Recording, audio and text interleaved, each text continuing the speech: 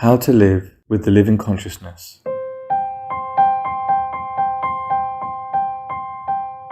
A man came to the meditation center looking burdened. The instructor asked, "How can I help you?" The man replied, "I'm not happy at all. What should I do?"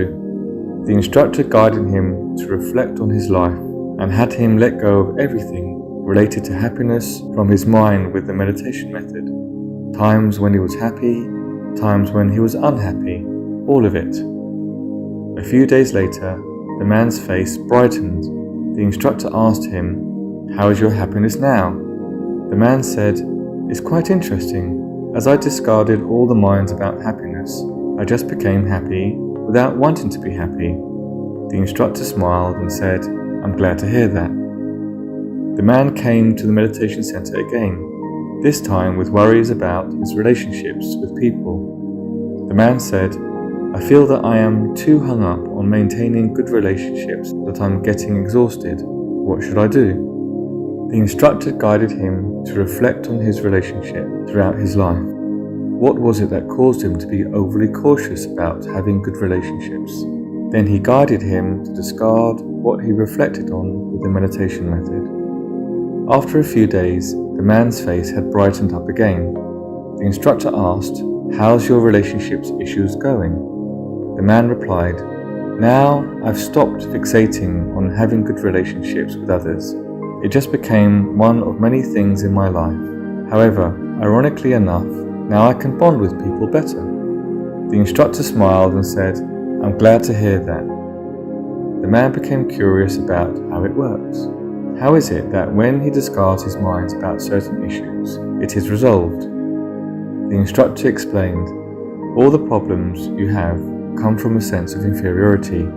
This inferiority is not your true mind, but a mind that was created while living. It is something you need to let go of instead of trying to satisfy." The man asked again, his curiosity still unsatisfied, "But isn't life about having dreams, ambitions, and achieving them while we live?" The instructor answered, "As we ask ourselves at times, do we eat to live or do we live to eat? In the end, we live to truly live. We were born into this world to recover our origin, not about being happy or having good relationships. They are simply some things we go through in our lives. A person who lacks love seeks love, and a person who lacks money chases money. The powerless seek power, and he whose pride is hurt tries to restore his pride. The moment you are attached to something, your consciousness gets trapped inside this body. At that time, the consciousness becomes lifeless, and hence no wisdom. By discarding what you are attached to, your consciousness that was trapped becomes liberated and expands to the infinite universe. This is when your consciousness comes back to life and lives. We can learn from nature how to let true consciousness live.